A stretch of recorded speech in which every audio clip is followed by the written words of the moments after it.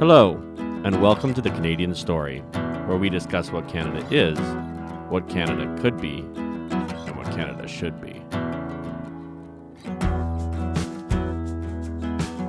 And we are live. Welcome back to another episode of The Canadian Story. Today, I am joined by Jeffrey Rath. Jeffrey, welcome to the show.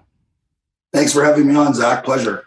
It's an absolute pleasure for us. So, Jeffrey, if you could, please give the listeners just a little bit of a background of who you are and what you're about and what field of work you're in.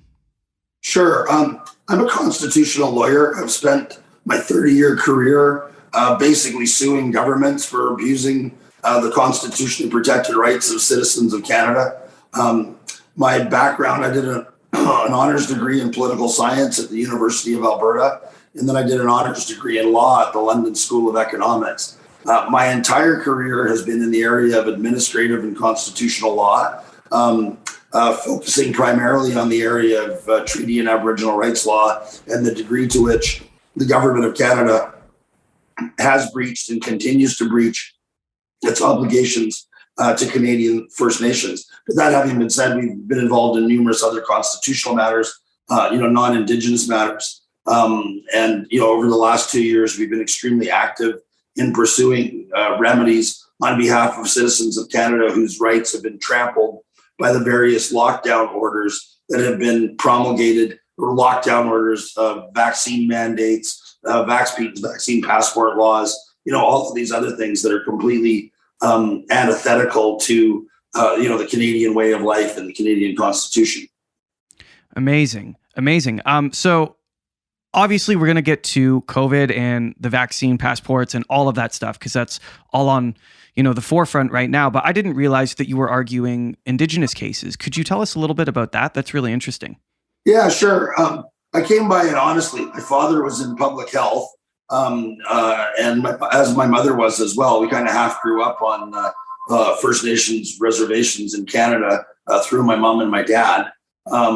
As a young undergraduate, I started working at the Indian Association of Alberta back in 1985. So, I've been at this now for quite a while, where we were doing research on issues, like Bill C-31, various other infringements of First Nations rights and sovereignty by the Canadian government. And I've been doing that ever since. Did my law degree at the London School of Economics while I was in London. I was continuing to do research and work for the Indian Association of Alberta. I came back to Alberta and started articling at Burnett, Duckworth, and Palmer in Calgary, where Burnett's was very supportive of my Indigenous work and my Indigenous practice. It just happened to be one of those things that all of Burnett Duckworth's, or most of Burnett Duckworth's clients, were governments and oil companies, and all of my clients wanted to sue governments and oil companies. So we got to a point where it was, we parted on amiable terms, and I formed my own firm, and I've been doing that ever since. Awesome. So obviously, there's a long history within Canada of mistreatment of the Indigenous people. Is it your position that right now, today, there continues to be missteps by the Canadian government in regards to the Indigenous people? The Trudeau government, has made a lot of noises in terms of the respect for Indigenous rights and the Indigenous people of Canada. But all you need to know is that in Trudeau's first year of office, he took 10 million tax dollars to expand the runway at Tofino so that him and all of his rich friends could fly their private jets into their $10 million beach mansions and surf and, et cetera, with these huge, massive carbon footprints. However many years later into Trudeau's regime, we still don't have drinking water, clean drinking water on every Indigenous nation in Canada. To me, it continues to be a national disgrace. And, the Trudeau government, I think, has a lot of explaining to do. No kidding. It is funny watching the green argument while expanding runways and flying private jets to mansion properties on the coastline that's supposed to be rising. Oh, So I mean, it was it's just, a funny position, isn't it? National Truth and Reconciliation Day. Trudeau flew his private jet right over, those poor people in Kamloops who were trying to determine whether their ancestors were buried in graves outside of a residential school in Kamloops. Flew his private jet right over, landed on his $10 million runway, hung out at his friend's $10 million mansion. While Aboriginal people are looking up to the sky, wondering where their prime minister is. I mean, it's pretty despicable. The other thing to keep in mind is during the Trucker Freedom protest in Ottawa after Trudeau invoked the Emergencies Act, I thought it was particularly telling that that there was a paramilitary assault on the Coastal GasLink pipeline construction camp in northern British Columbia, and all of the Liberal toadies and NDP toadies that were going out of their way to tell people that, that were calling protesters racists and extremists and so on, were going out of their way to reassure environmental activists that the Emergency Act wouldn't be used on them.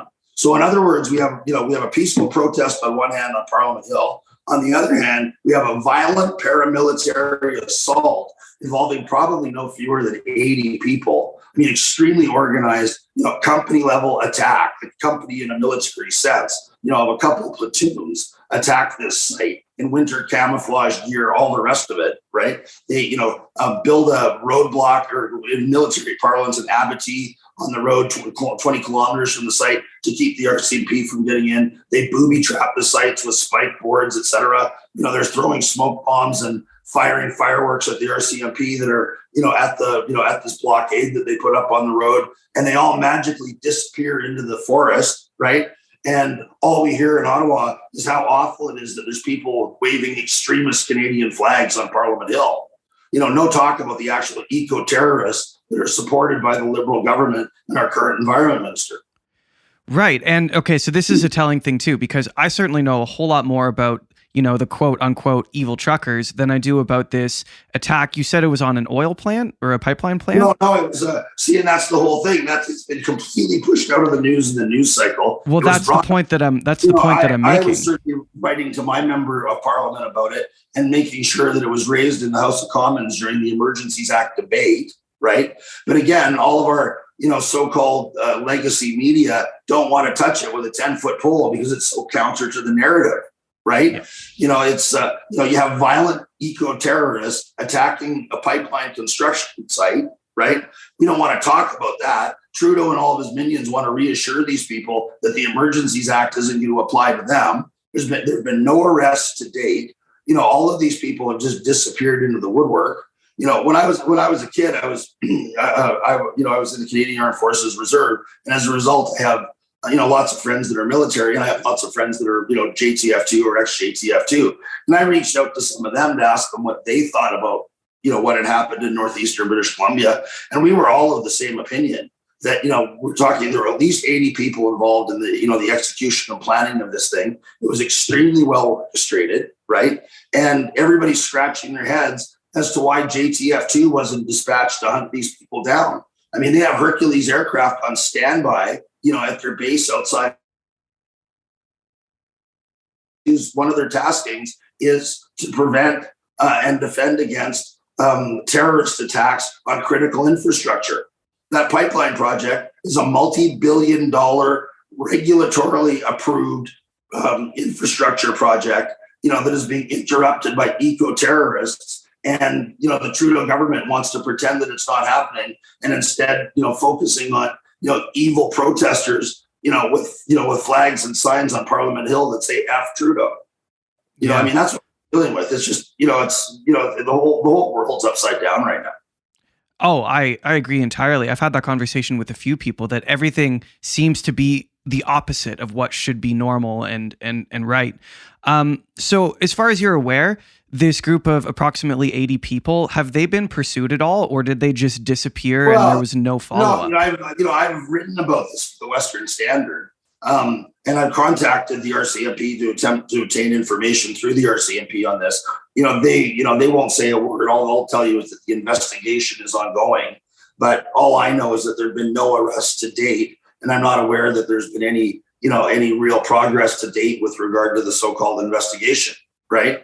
The other thing to keep in mind is think about what kind of money it takes to support that kind of paramilitary attack, right? So the Trudeau government was using the Emergencies Act to seize money out of the bank accounts of single mothers in Chilliwack who donated $50 to the truckers, right?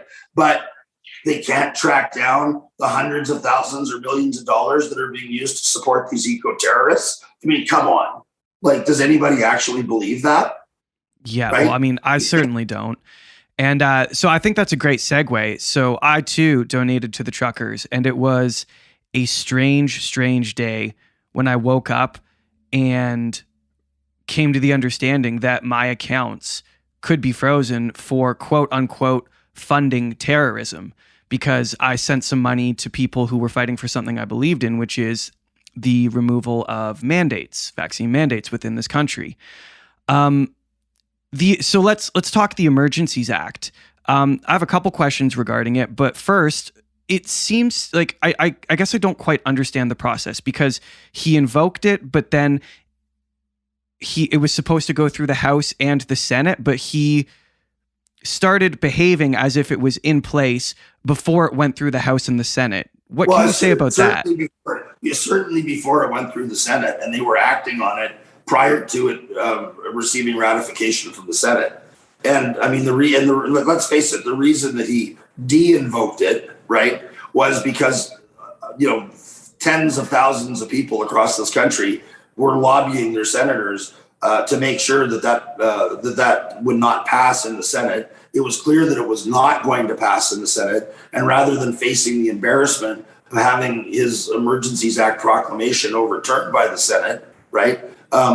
Trudeau just, we always said we were going to, when the emergency was over, we were going to get rid of it. So we're going to get rid of it right now. The only, the only thing that was over was the Senate's willingness to be complicit in, that clearly unlawful invocation of the Emergencies Act. I mean, there was, from start to finish, there was no reason for invoking that act. Everything that was going on could have been dealt with by, normal judicial process, normal policing, et cetera. I mean, they got an injunction with regard to the Ambassador Bridge blockade, and it was down the next day. You didn't need the Emergencies Act to clear the Ambassador Bridge. As far as Ottawa went, I've been in touch with, a number of people that were, there, and I've even spoken with, Tamara Leach with regard to what was going on. And other people that were witnesses to what was happening. I mean, Tamara Leach has been charged with mischief, and they're trying to, they're trying to throw her in jail. And the only thing she was guilty of was trying to work with the Ottawa police in good faith to keep emergency access lanes open on Wellington Street. Speaking to people that were there, I mean, the people that were blocking downtown were the city of Ottawa with a bunch of snowplows that they'd set up to keep protesters from getting into downtown. And to the extent that there was any concern with regard to, the Supreme Court being interfered with, the issues with regard to the Supreme Court were that the police set up a major, command post and set up their base of operations within the precincts of the Supreme Court, right? So that had nothing to do with the protester, the peaceful protesters per se. All of it was, I think, intentionally mismanaged from start to finish to give Trudeau the excuse to invoke the Emergencies Act. You have to ask yourself, why all the inflammatory rhetoric? Why all the name calling? Why all of the, the odious things that the Prime Minister Trudeau did to inflame tensions on Parliament Hill rather than dispel them? I mean, he'll fly into Kiev for a U2, for a concert with U2, and to shake Bono's hand and pretend like he's a big hero flying into Kiev, but he can't go meet his own citizens on the lawn of Parliament Hill.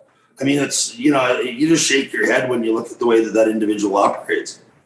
It's absolutely pathetic. The fact, the audacity to not go out and at least meet with organizers of that movement, I think says a lot about his character. I think it shows his weakness and his cowardice and his inability to rise to the job of leading this country. Because you have to engage with people that you disagree with, not just with people that you agree with. And he showed that he was incapable of doing that. And that's shameful, in my opinion. Well, that's it. I mean, how much money did it cost? Leaving aside the issue of why the deputy prime minister and the prime minister of Canada were flying into a war zone together, right? At the same time. Well, we know the reason. It's because Bono was playing in the subways of Kyiv, and all of the, all of the glitterati from, the WEF, including Joe Biden's wife, wanted to be there. So Trudeau and Freeland, flew along with everybody else. I don't know how much that cost the Canadian taxpayers, right? Like I said, they can fly to Kyiv to, for a Bono concert, but they can't even walk down to Parliament Hill to speak to their own citizens. You just wonder what the hell is going on. You really do. Okay. So let's stay on Ottawa. The right to peaceful protest, right? From your position as a constitutional lawyer and someone who works on cases, I assume similar to this, was there ever a reason to call what was happening in Ottawa not peaceful? Well, the machine started working from the outset. Oh, this isn't a peaceful protest; it's an occupation. Well, I'm not sure how many protests that these people, have paid attention to over the years.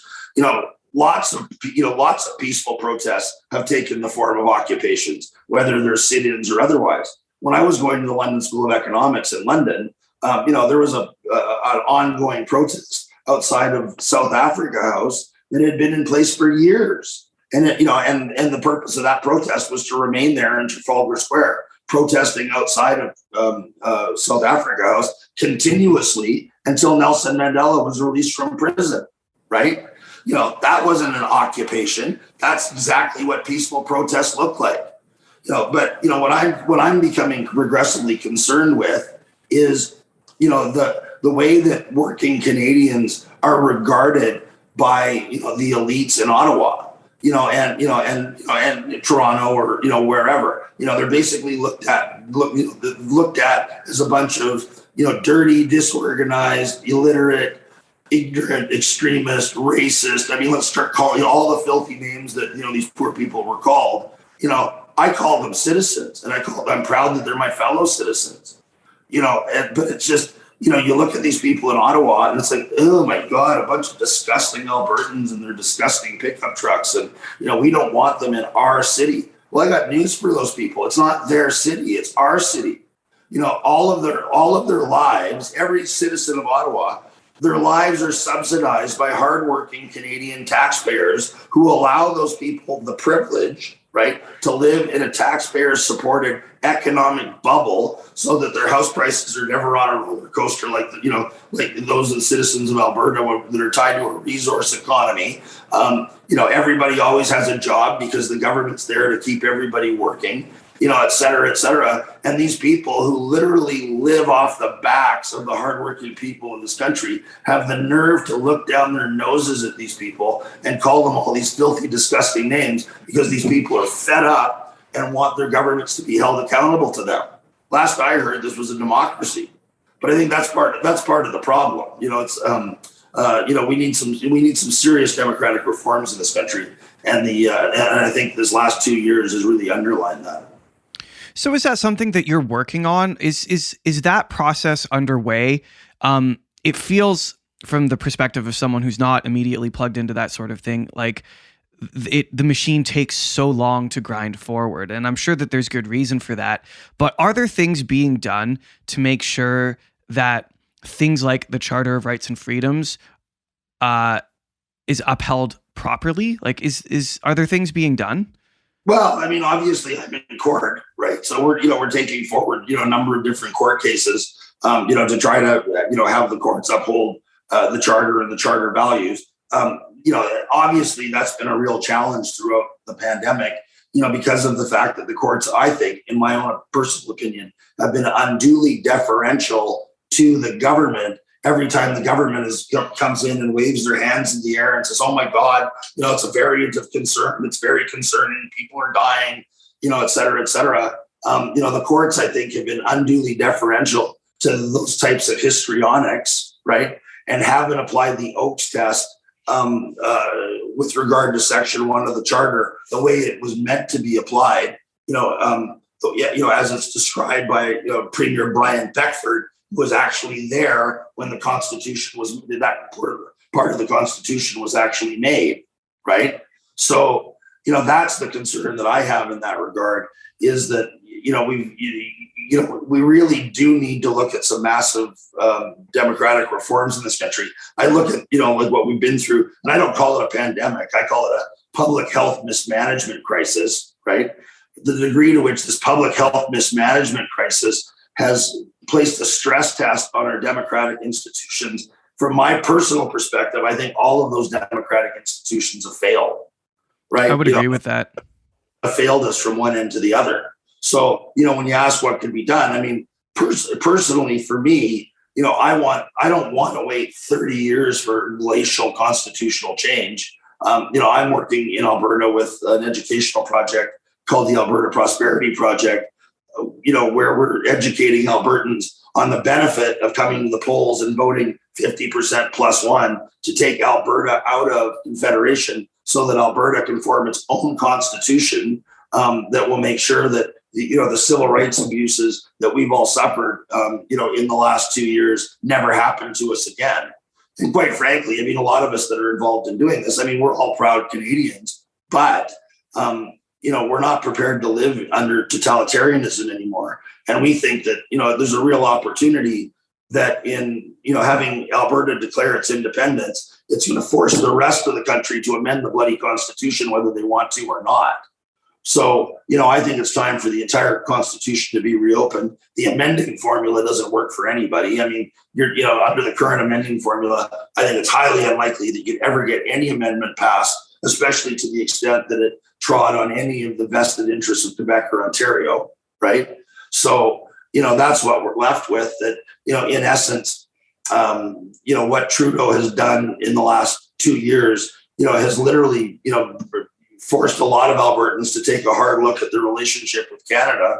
And a lot of us are actively working towards Alberta sovereignty because we simply can't work under the existing system. And for us as well, I mean, we understand that we have some cleanup to do at home. The way we're being governed in Alberta right now is far from perfect. So, obviously we'd be looking to reform the structure of governance in Alberta and, going to a system with a lot more checks and balances, than we currently have under the Westminster parliamentary system. Yeah. Do you think, and I understand that this is going to be pure speculation, but obviously you're working toward it. Do you think, let's say in the next 5 to 10 years, we will see a separation of Alberta? Do you think it's something that's seriously on the table?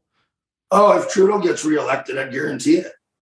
Nobody out here can continue to live the way that we're living. I mean, they're threatening to shut down the Alberta oil industry by 2030.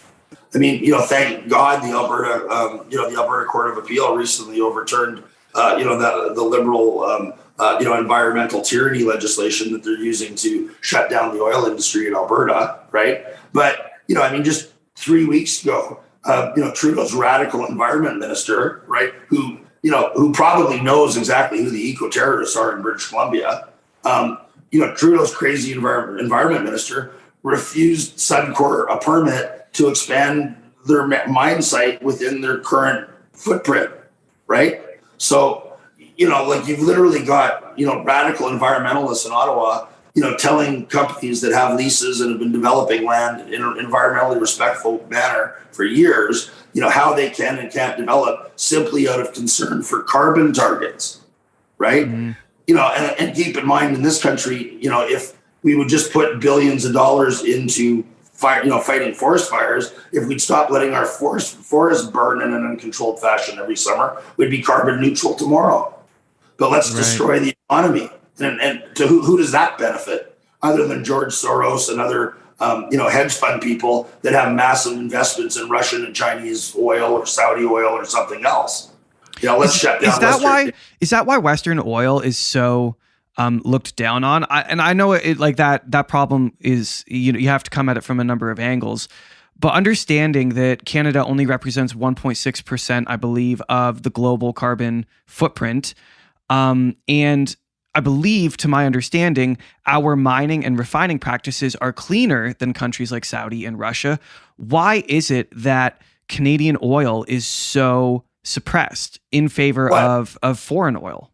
I can answer that question. $1.6 billion, right? So a gentleman by the name of Steve Allen, who's a very respected Alberta businessman, former president of the Calgary Stampede Board. I mean, very establishment. Alberta was tasked by Jason Kenney to write a report on the degree of foreign interference in in the Canadian oil industry. And what Steve Allen uncovered is that over the last number of years, there's been over $1.6 billion invested in a media smear campaign to, protest campaign, legal campaigns, et cetera, to block Alberta oil being transported out of the province of Alberta. And of course, one of the big reasons for that is all of those people that benefit from the differential in price between Western Canadian Select and WTI, which is roughly always about $10. Somebody's making that money in between, and it's billions of dollars. So the people that are collecting that money don't want to lose that money if they're, if more transportation is developed, if oil can leave Alberta much, more easily, or even alternatively, and this is what I've been advocating for years, is that the government of Alberta, simply say, okay, from now on, we're going to charge a penny a barrel royalty on oil that's refined in the province of Alberta on the basis that, we do a, private-public partnership to build all of these refineries. And then we just do a profit share between the government of Alberta and the oil companies on petroleum, out of gasoline and diesel, right? Rather than collecting royalties. The other benefit of that is that if you did that, because royalties are looked at as a tax, and profits from a Crown corporation, so like a Crown refining corporation, would be looked at as Crown corporation profits. They wouldn't go into the equalization formula, right? So that's what Quebec, Ontario, BC, that's how they've been cheating the system for years. They charge a ridiculously low water rent on the water that goes through the dams, right? And then they say, okay, well, there's our resource royalty, the water, and we charge negligible fees on it. But all of the profits are generated through the hydro corporations, which are then exempt from, equalization. I mean, let's face it. The reason that Alberta has a deficit right now, after contributing $777 billion to Confederation over the last number of years, is that Quebec has, half of the work of the Quebec Finance Department goes to managing the finances of Quebec to maximize the amount of money that they can suck out of other provinces through equalization, right? And we're just suckers that we've been playing along with it for all these years, right? And that's one of those things that absolutely has to stop. Yeah, I agree. I want to talk more about the charter. So Section 1, I believe, of the charter does this jargon something. You're going to quote it better than I am, but it says that the government, to my understanding, can restrict any of the rights within the charter if they can demonstrate that it is for the good of Canada to do so, right? Am I understanding that correctly? Well, and that's where the debate comes in, right? The government puts the emphasis on the word reasonably, right? Or, reasonably demonstrably justifiable, right? Where, we put the emphasis on demonstrably justifiable. Right. And that's what Peckford is saying. Peckford's saying, look, you can only invoke Section 1 in the case of the most dire national emergency, where all other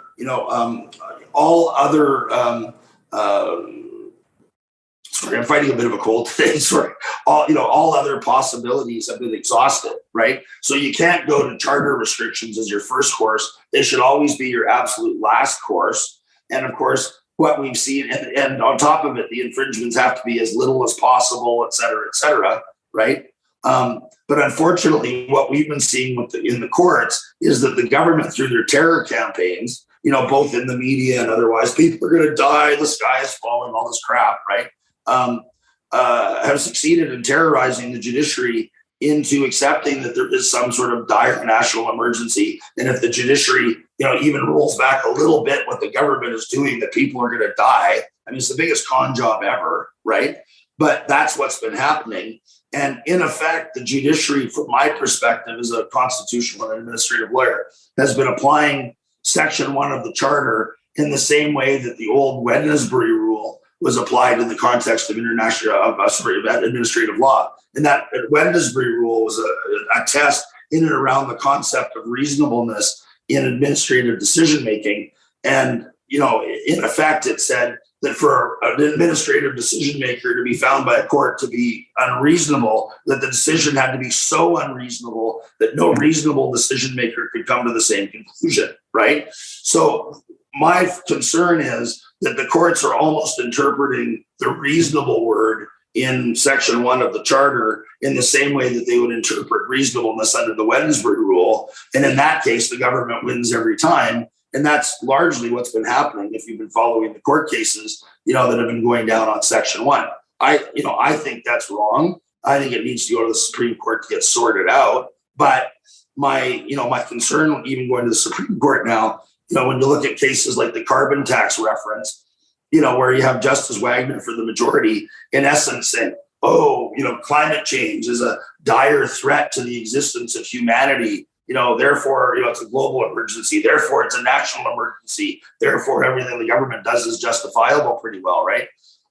That's very concerning because I don't think that's the way the Constitution's written. I mean, we have rights of freedom of association. We have rights of bodily autonomy. Like, nobody has the right to be free from risk from airborne viruses, right? That's not a constitutional right. Right. So what concerns me is we've got this nanny state mentality, right? Where, people that are, afraid to leave their own homes are, bleeding to the politicians and others saying, oh, you got to protect us from all these big bad germs. And if we're afraid to leave our homes, you got to lock up all of our neighbors too, because we don't want them getting out in the world and spreading any of these nasty germs that we're hiding under our beds to avoid. Right. Mm-hmm. That's not the country I grew up in. I mean, Jesus, I grew up, as a wild child in northern Alberta. And, we literally didn't know and probably didn't care when I was 18 or 19 whether we survived the day or not. We were just having fun, So I mean, so to live in this world where everybody's afraid of what essentially is a cold bug, to me is beyond perplexing. Yeah. And that's not misinformation anymore because Bill Gates has now said it's basically a flu. So we're now allowed to say that. But if you say it's a flu, that is misinformation. If you remember very early on, everybody, on that side of the argument was very quick to jump down your throat and say, it's not a flu. Or you'd say, yeah, I know. It's a coronavirus. That means it's a cold bug. I stand corrected, right? Yeah. I mean, it's just ridiculous from start to finish. Yeah. So there's still so much still left to unpack. So if the government wins every time on Section 1, is there any hope for unvaccinated individuals to, for instance, be able to fly within the country again? Well, what I've been saying for a long time is, I think where the hope comes from is the science now makes it completely clear, that the government's position is completely untenable. Like, I actually said to people back in November, when Omicron was first came out, because this is what all the experts that I've been dealing with have been predicting from day one. Viruses mutate; they tend to mutate towards weakness, not strength. Eventually we'll have a virus that's extremely transmissible, but isn't going to kill lots of people because it's not in a virus's evolutionary benefit to kill people quickly because those people die out before they can then transmit to other people, right? So viruses, have this tendency to, become more infectious, but less lethal as they go on. Everybody was predicting this was going to happen, and then when Omicron came out, and of course it turns out that it mutated in the vaccinated, which was also predicted, right, by the experts that we've been working with. Along comes Omicron, it's extremely transmissible. And I was telling people back in November, I said, Omicron may actually be the cure for COVID because, at the end of the day, even people that don't want to get vaccinated are going to likely end up with a mild case of Omicron, and they're going to pick up some form of natural immunity anyway, whether they want to be vaccinated or not. And, we'll all just get on with our lives, which is essentially what we're looking at now. All of our hockey arenas are full. People are cheering playoff hockey. Nobody's wearing masks. Nobody cares anymore. Other than we're still trying to unpack, how many people were killed by all these stupid public health measures, right? That, made no sense to begin with. Well, Stats Canada, a number of months ago now, released statistics saying that the lockdowns themselves created more excess death under 65 than coronavirus. Oh, for sure. I mean, you start looking at the excess mortality statistics. Trudeau was trying to get out ahead of it. He came to Alberta a while ago when those statistics came out to try to blame all the excess mortality on Alberta's poor approach to the opioid crisis, right? But it's clear that the numbers are far more than opioid related. But that having been said, you lock a bunch of people up in their houses with nothing to do besides take drugs, and then you have the government give them CERB money, to the tune of $2,000 a month, so they can go and buy drugs. Like, what the hell do you think's going to happen? The whole thing was just so poorly thought out from start to finish. And again, and I've said this before, if they'd taken the $600 billion allocated to CERB, right, and even only put $300 billion of that into paying doctors more, paying nurses more, expanding our hospital capacity. I mean, God, like split it up on a per capita basis, across every health district in the country. I mean, and all of this noise that we were hearing about how overstressed the hospitals would have gone out the window. Yeah. And we would, and as a country, we would have been far better off because we wouldn't have likely had all of the excess opioid deaths that I think were driven by CERB. We wouldn't have had all of the suicides driven by all the bankruptcies that were related, economically related to the lockdowns and business closures and so on, right? I mean, all of this has been so poorly thought out from start to finish. I think it needs to be a royal commission, an independent royal commission went from coast to coast to look into, what all these so-called public health officials did to this country under the guise of public health. Oh, I agree entirely. And I hope from the bottom of my heart that we sit down as a country and look back and go, what happened?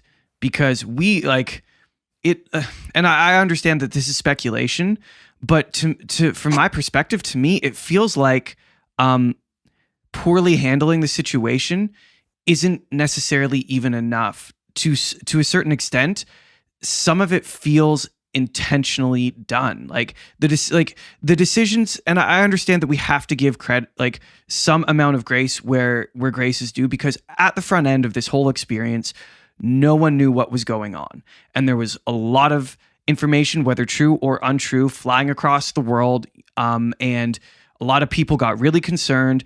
And it is, in a situation like that, up to our government to put in place measures to preserve the safety of the country and the citizens within the country. And I have understanding and respect for that. But very early on, I'm talking like 4 to 5 months in, there was information available to say the information that we crafted policy on is incorrect, and there is new information, and policy did not change.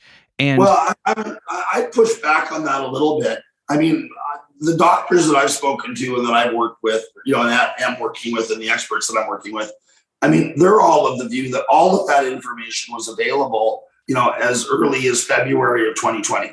I mean, they look at what was going on in China, look at what was going on in Italy. It was pretty clear that this was a virus that, serious to people that were old and infirm, suffering multiple comorbidities. This was not a virus where you saw extremely high mortality, amongst younger, healthy people. And, the mortality for younger, healthy people was more akin to a flu or to a flu outbreak than a SARS outbreak, let's say, right? So, they knew from the outset, who it was that they needed to protect, and they failed miserably in doing it. This bullshit, 15 days to stop the spread garbage. That's where we lost the battle on civil rights. That never should have been tolerated. Nobody should ever be allowed to be locked up in their homes in a free and democratic society under any circumstance. You don't quarantine healthy people, you quarantine sick people.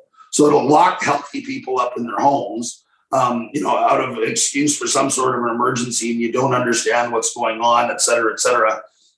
As it turns out, it's proven to be completely ineffective, wave after wave after wave, yet they still reserve it as a legitimate public health management tool. And I think that that's just wrong. Oh, I agree. Do you think And this is speculatory again, but do you think to a certain extent the government was stress testing the willingness of citizens to comply for the purpose of potentially future measures? You know what? I'm not going to go down that rabbit hole. I mean, this is kind of funny. I'd like to give them the benefit of the doubt and just think that they're grossly incompetent rather than criminal, because I mean, that's, what that seems to be suggesting. There have been a number of things that have caused me grave concern. One of the things that gave me real concern were the newspaper articles, and again, they got buried really quickly, prior to the lead up to the last election, right? Where we had, literally had the Canadian Armed Forces Central Command Psychological Warfare Division helping the government with its COVID messaging. I mean, since when is it appropriate to turn the Canadian Army, on Canadian people? And as far as I'm concerned, that's what that means when you engage the Psychological Warfare Division of the Canadian Army, right, to help the government with messaging towards Canadian people. And all of that messaging was all fear-based. Be afraid, you're all going to die. Listen to Mother Government. If you don't listen to Mother Government, you're going to die, right? I mean, that was truly despicable. And I mean, that's something, in my view, if I were ever Prime Minister of Canada, I would be looking to have legislation passed to make to using those types of resources of the Canadian military against Canadian citizens criminal. It's unfortunately not criminal now, but I have very strong personal views about that, and I think that it should be criminal. Right. Yeah, that's I didn't know that, but you're right. That is turning a division of the Canadian military on the citizens of Canada, and that is disgusting, and that should not be. Yeah, there was real pushback within the Canadian military over that, and it all got overturned, overruled, whatever.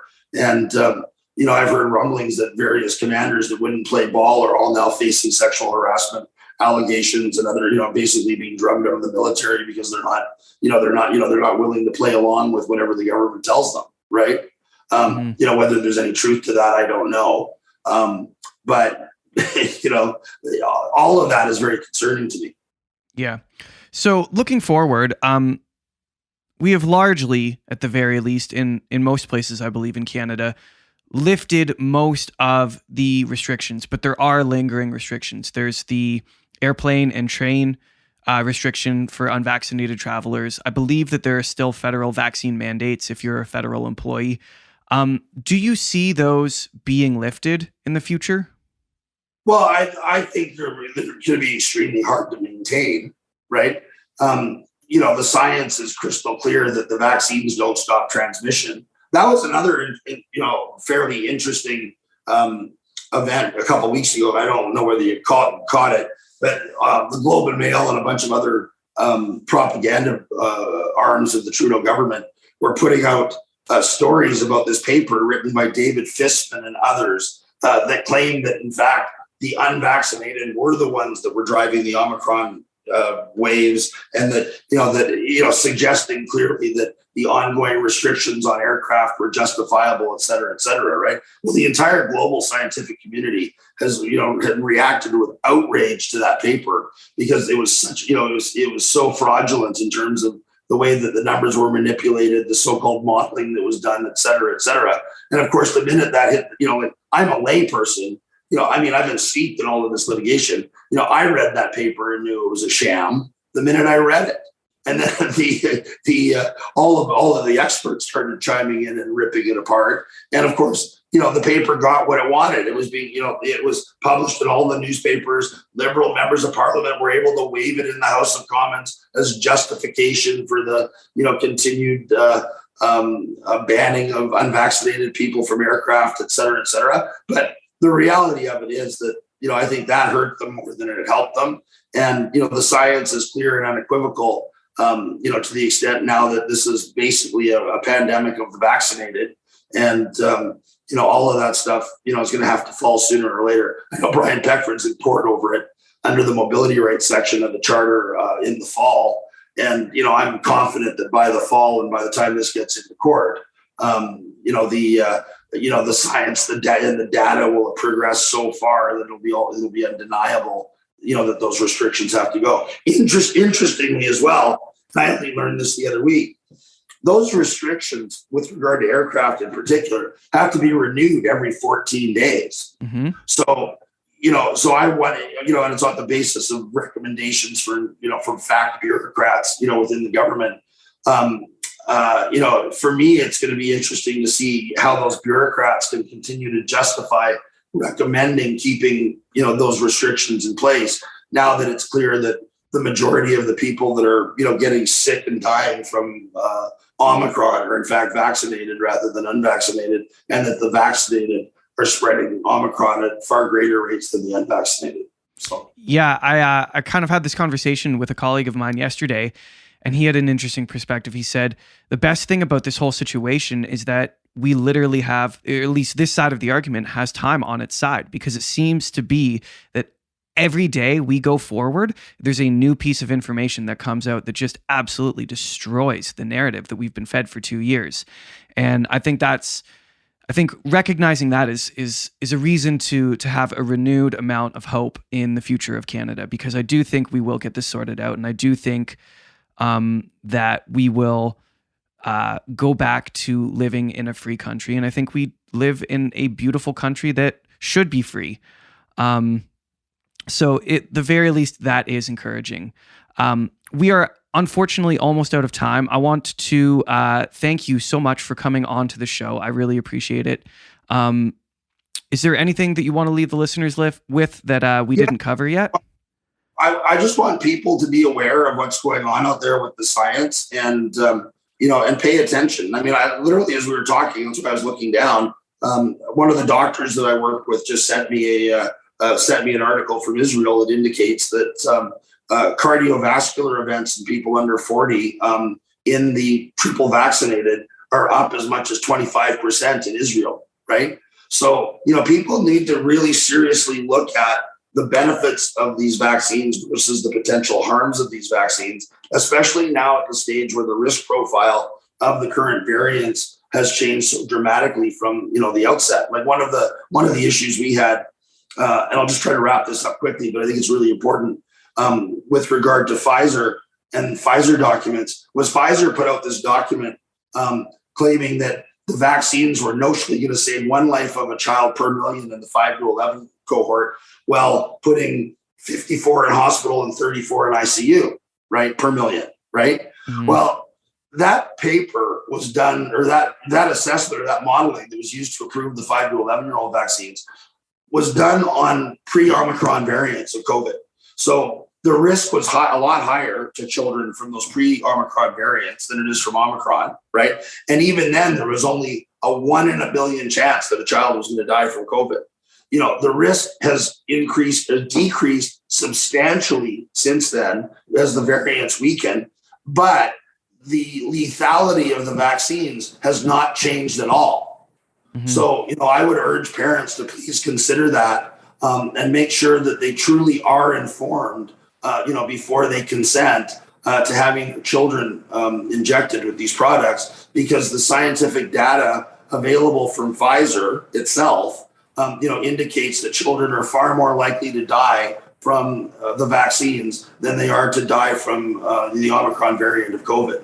So I'd like everybody to keep that in mind, and please protect our kids and keep our kids safe. Yeah. And that too, the whole Pfizer document thing blows my mind. Because, well, one, it's obviously really, really, really suppressed. Like if you're not paying attention, you won't know about it, and people need to know about it, because this is literally the paperwork used to obtain emergency use authorization and FDA approval for these Pfizer vaccines. Their own work is showing the damage of these vaccines. Their own work is showing that they're not as strong as we've been told, or as they don't have the amount of efficacy that we've been told. And it's their own work. It's not coming from a third party. It is their own studies. And you would think, as a company who's trying to push a product through, you would spin your studies in as much favor as possible, and yet it is still a negative outcome. And but there's a big difference between spin and fraud, right? And there's a lot of lawyers now internationally and in Canada that are looking at the issue of the extent to which the Pfizer EUA application was completely replete with fraud. Adverse events being hidden from the regulator, downplayed by Pfizer. Children that were that contracted transverse myelitis after being vaccinated, which is an extremely serious potential side effect of the vaccine, were kept out of the data. There's all kinds of really, really questionable things that went on with, unblinding the studies, a lot of really questionable things that went on with those EUAs. And, I think that, that all of those things need to be looked at very carefully, and that, the use of these vaccines should be suspended in the meantime. I mean, Denmark has suspended the use of the vaccines now. Yep. The long and the short of it is they don't really work anymore on the new variants. It's like, it's like we're now on H1N50 and the government's saying, but hey, we have a whole bunch of old H1N1 vaccine, sitting in store piles. We don't think it really works for H1N50, but let's just give it to everybody anyway and tell them that they can't get on an airplane or live their lives normally unless they do. Right? Like we're all trapped in the middle of some bizarre medical experiment that ceased making sense a long time ago. And let's also not forget that the largest medical lawsuit in the history of the Department of Justice of the United States of America was against Pfizer, and they had to pay, I believe, $2.3 billion in damages. And it's the largest in U.S. history, and it's the same damn company. So, well, no, that's it exactly. I mean, there's, I don't know what else I want to say about that, right? Yeah. Well, thank you for your time. I really appreciate it. Thank you for all the hard work that you're doing for the citizens of this country. We appreciate you and what you do, and we look forward to hopefully having another chat with you sometime. Yeah, real pleasure, Zach. Thanks for having me on. Thank you for listening to The Canadian Story. You can find us on Instagram and Twitter at TheCAD That's the CAD Story. If you enjoy this podcast, please share it with your friends and family. Let's work together to remind Canadians how great our country is.